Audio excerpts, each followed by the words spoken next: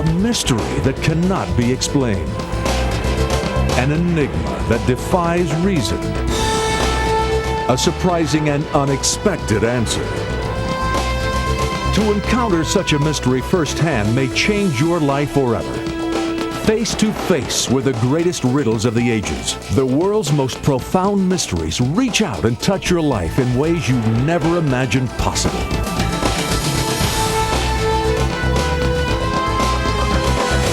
Xtrem Mysteries.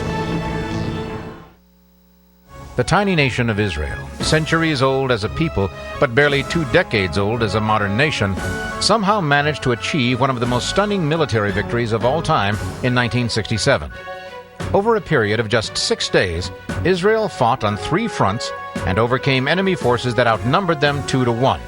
Was this stunning victory a result of superior military planning, or was something else involved? Could it be that something in the history of this embattled nation tipped the scales in Israel's favor? Given the modern machinery of warfare, how could such a miraculous victory be possible? Is the present turmoil in the Middle East a direct result of that victory? And could it perhaps be setting the stage for history to repeat itself? Was Israel's victory in the 6 Days' War a military marvel or a miracle? The surprising answers when we come back. In late May of 1967, Egyptian President Nasser had been given what he believed to be reliable information about Israeli troop movements that informed him that Israel was massing troops on the Syrian border, an action that Egypt could not tolerate. But the surprising source of this information, which proved to be completely false, was none other than Egypt's ally, the Soviet Union. Perhaps the least known aspect of all this conspiracy theory is the involvement of the Soviet Union. The historical records show that the Soviet Union deliberately gave the Egyptians false information about Israeli troops massing on the Syrian border. They calculated that this would provoke a response from Nasser, and apparently that's exactly what they wanted. Some Egyptians believe the Soviets planted false reports of Israeli troop concentrations with them in order to show them how much they depended on the Soviets. From the Israeli point of view, there are some who believe that this was an attempt by the Soviets to start a war which would result in the destruction of Israel. The reason that the Russians supplied false information to the Egyptians is because this was an opportunity to achieve their objective to dominate the Middle East. Israel was a mini superpower in that area. And so they felt they could control the Arab nations, so they supplied all of the weapons, the tanks, the planes, and trainers to accomplish this task to dominate that area. To this day, senior former Soviet officials insist that it was not they who gave that information to the Egyptians, but the Egyptians who gave it to them. Having said that, though, one can see how the Soviet Union in the 1960s had an interest in fomenting unrest in the Middle East and opening a second front against the West in addition to Vietnam. The plan worked perfectly. When Egypt received the false reports from the Soviets, Nasser immediately began massing troops on the Syrian border. This not only diverted his attention from air bases in the Egyptian interior, it also gave Israel an excuse to launch a preemptive first airstrike, which gave them a huge head start in winning the war. This, of course, is only a conspiracy theory, and even if it were true, it still doesn't explain why Egypt failed to respond to what turned out to be Israel's first devastating blow, a preemptive strike against Egyptian air power. Egypt failed to respond because its air force had been destroyed on the ground in the first few hours of the fighting. The Egyptians had not struck first because they'd been under intense pressure from the United States and the Soviet Union not to do so. There's speculation that the Americans then informed Israel that Egypt had been hemmed in. The two nations agreed that if Israel was to have any chance of surviving, they would have to strike first, while the Egyptians' hands were tied. Both Israel and the United States have denied that they were involved in any plot in 1967. The Russians, on the other hand, have acknowledged that they passed false information to Egypt about Israel's activity on the Syrian border. But they, too, continue to deny any conspiracy against Nasser. We may never know for sure if there were secret deals that contributed to the Arabs' defeat in the Six-Day War. But even if there were some truth to these theories, it would fail to explain the many other mysterious events that happened in the midst of the battle. Like the day the Israelis began their ground invasion of the heavily fortified Sinai Peninsula. When this event occurred, the war was well underway. There was no reason for the Arabs to hold back their hostilities. So why did they let the Israelis take Khan Yunis so easily?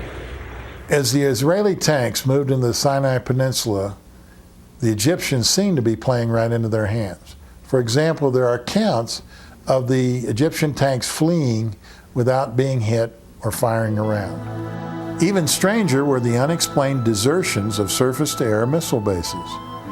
The Egyptians abandoned military hardware, most of it Russian-made, worth well over $1 billion.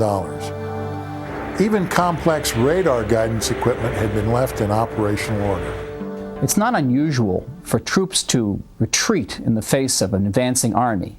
What is unusual is for thousands of troops to leave behind massive amounts of military material, billions of dollars worth, without any attempt to disable that material. This happened several times during the course of the Six-Day War. What made the enemy withdraw so quickly? Is it possible that they had experienced something so frightening that they had to retreat, even before they could make sure their own weapons did not fall into enemy hands? And do these events suggest that Israel had some kind of secret weapon that helped them win the war? After their defeat in the Six-Day War, the Arab leaders were criticized by their friends and allies. How come their armies were defeated so easily, so quickly by the Israeli defense or combat forces? Political and military leaders of the Arab states claimed after the war that the Israelis used secret weapons. Egyptian President Nasser continued to blame Egypt's defeat on American intervention in the conflict. So, is it possible that the United States furnished Israel with a secret weapon and kept it quiet for all these years? Well, it's certainly not unusual for a weapon of mass destruction to turn the tide of war. And we all know that the atomic bomb is a perfect example. During World War II, the Japanese had vowed to fight unto the death. But when the United States unleashed their nuclear power on Hiroshima and Nagasaki, the Japanese had no choice but to surrender.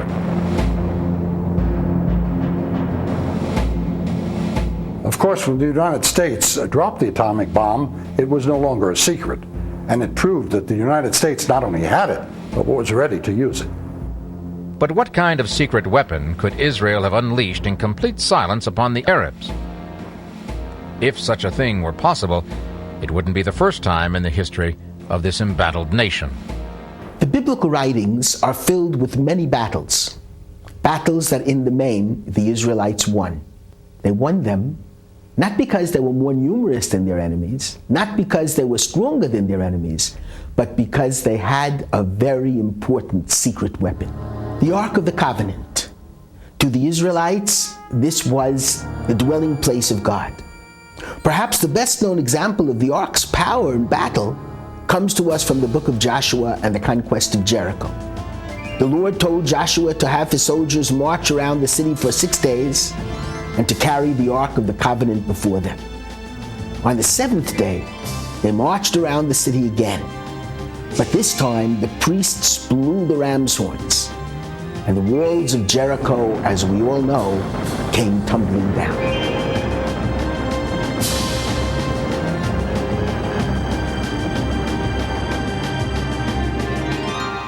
The Ark of the Covenant was lost thousands of years ago, so there's no way it could have played a part in the victory. But I think if there was a secret weapon, it was most likely supplied by the United States. The Americans probably supplied some intelligence information to the Israelis, but they categorically deny that they did anything more than that. Allegations that there was a secret weapon of some sort were completely unfounded. Though the Arabs have sometimes claimed that Israel had a secret weapon that decided the course of the war, in fact, Israel had no large-scale secret nuclear atomic weapons. It did, however, utilize certain innovative, formerly secret weapons in its attacks. In the Battle of Jerusalem, for example, Israeli bunkers, which were facing Jordanian bunkers, were equipped with a secret surface-to-surface missile that was pre-sighted. The minute the Jordanians began firing on Israeli West Jerusalem, these missiles were launched, and all the Jordanian bunkers, in a matter of minutes, were knocked out. If conspiracy theories cannot explain the Israelis' astonishing victory in the Six-Day War, and there was no secret weapon, we must look for another option. After the war, Israeli General Hod provided this explanation. He said, "When our nation is pushed to the wall, it rises up and lashes out tenfold. This spirit is the secret weapon of Israel's people." The strength and courage of the Israeli people certainly had a lot to do with their miraculous victory. Could it be that there was another force at work in the conflict? A supernatural force? Is it possible that the great prophets of Israel's past were about to be given their due? And who would confirm such miraculous intervention? The Israelis or the Arabs?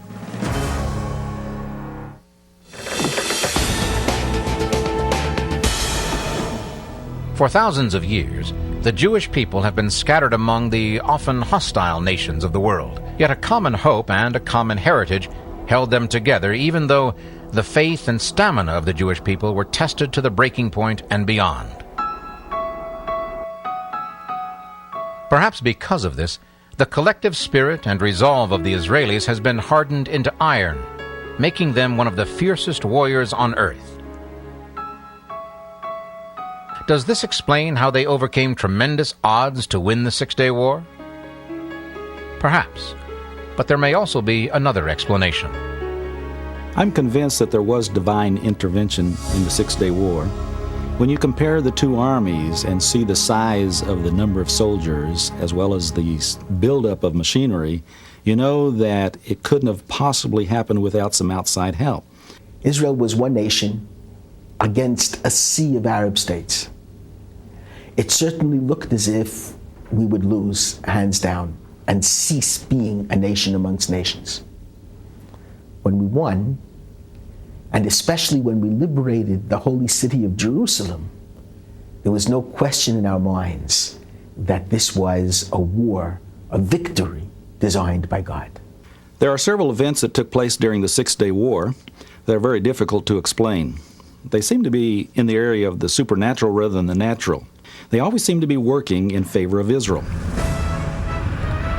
A female corporal was riding in a jeep with the regimental commander of an armor unit when she saw immediately in their path a tremendous fire that leaped up.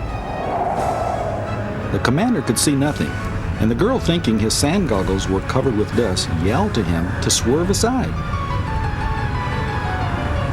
He was convinced of danger because he knew the girl well enough to trust her judgment, though he couldn't see anything in their path. Still, he swung away into another opening that appeared between the sand dunes. The column of vehicles behind them followed. Only one Jeep continued on the original path. All of a sudden, there was a terrific explosion in fire.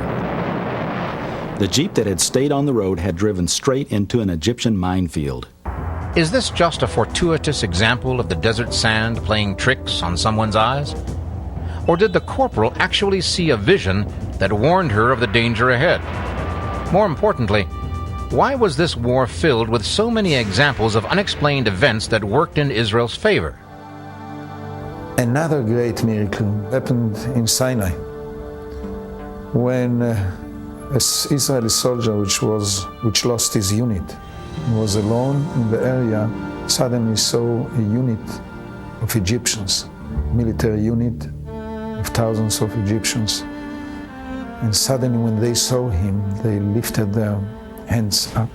They walked to him, ready that he would take them to captivity. He was surprised. He did not believe what he saw in his eyes, but he did it. He took them to captivity.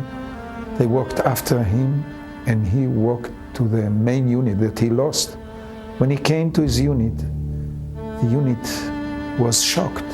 They rubbed their eyes. They didn't believe. One Israeli soldier is leading after him thousands of Egyptian soldiers with their hands up, ready to go to captivity.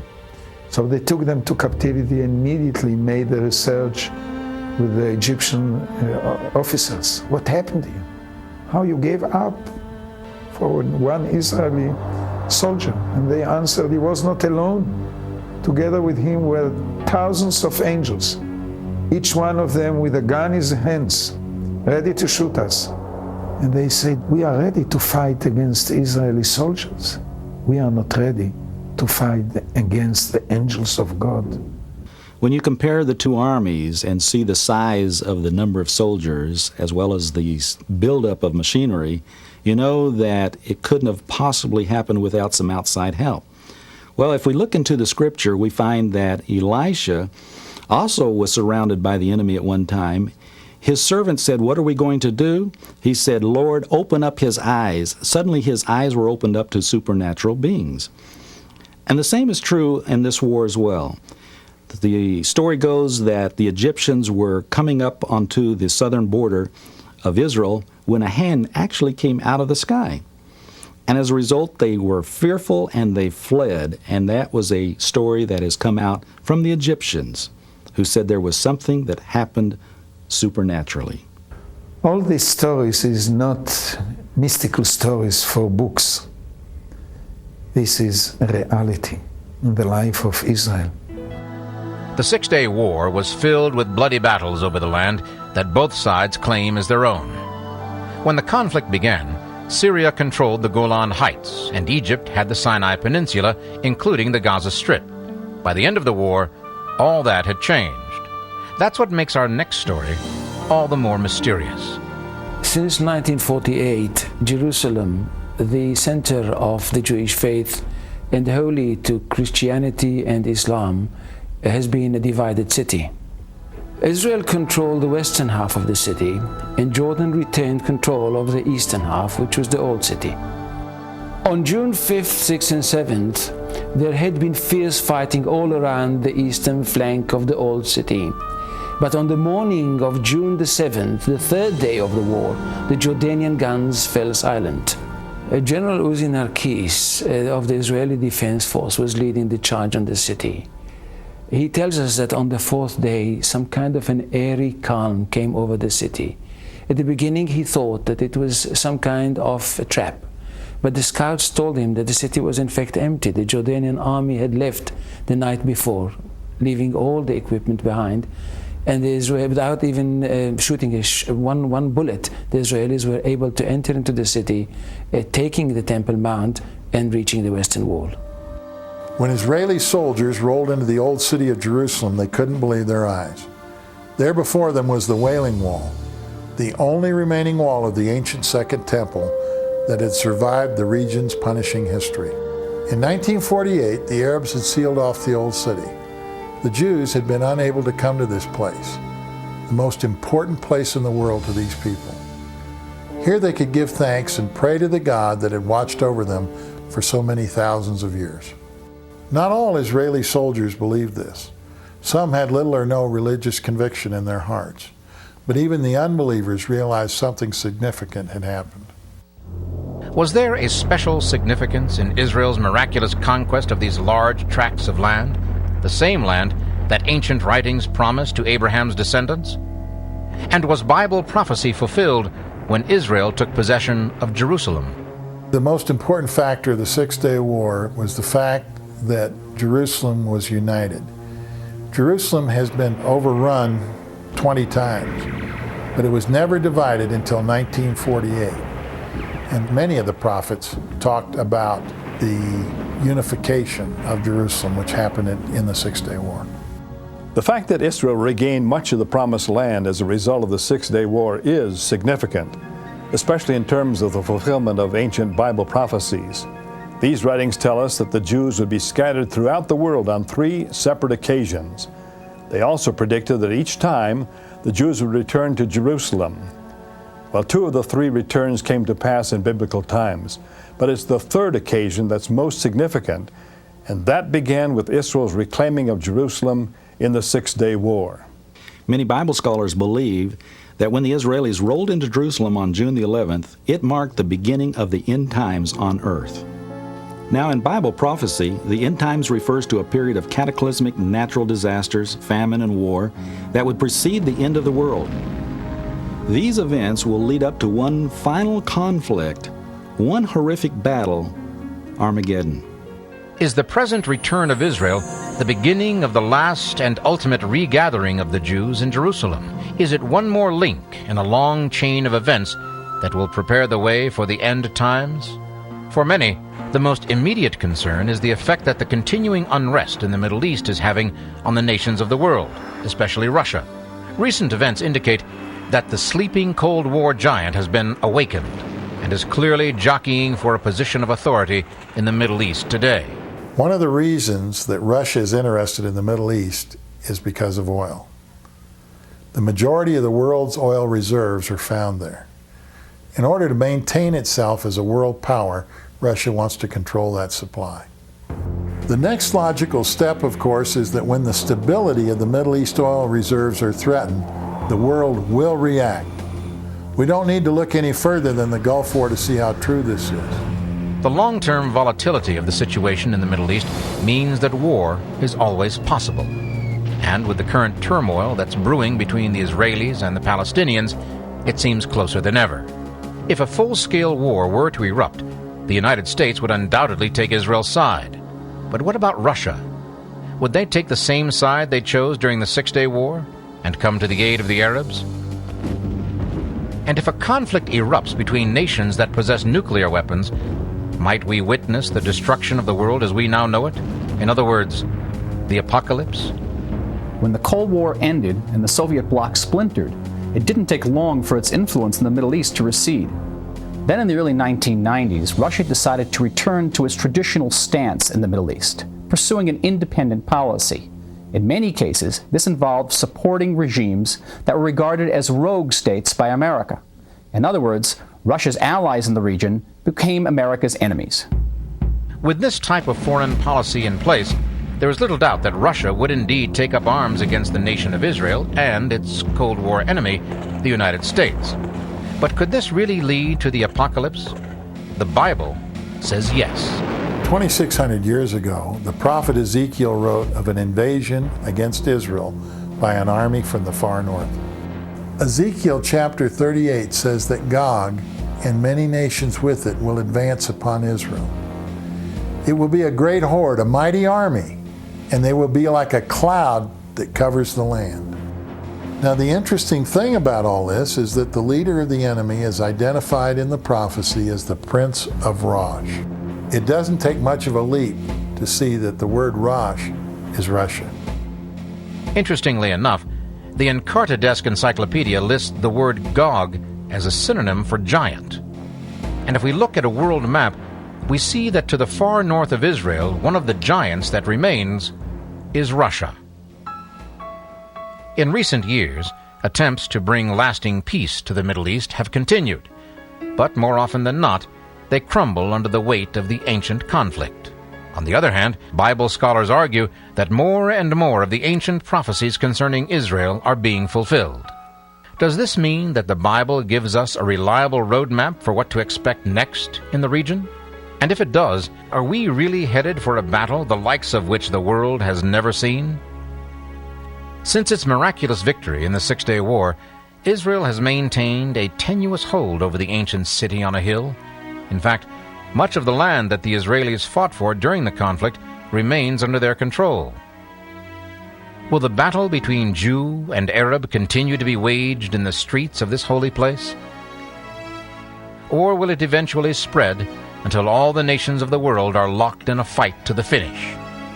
And if the Battle of Armageddon were to actually take place, would God's chosen people, the Jews, once again emerge as the miraculous victors? Perhaps only time will tell, but according to ancient prophecy, time may be running out.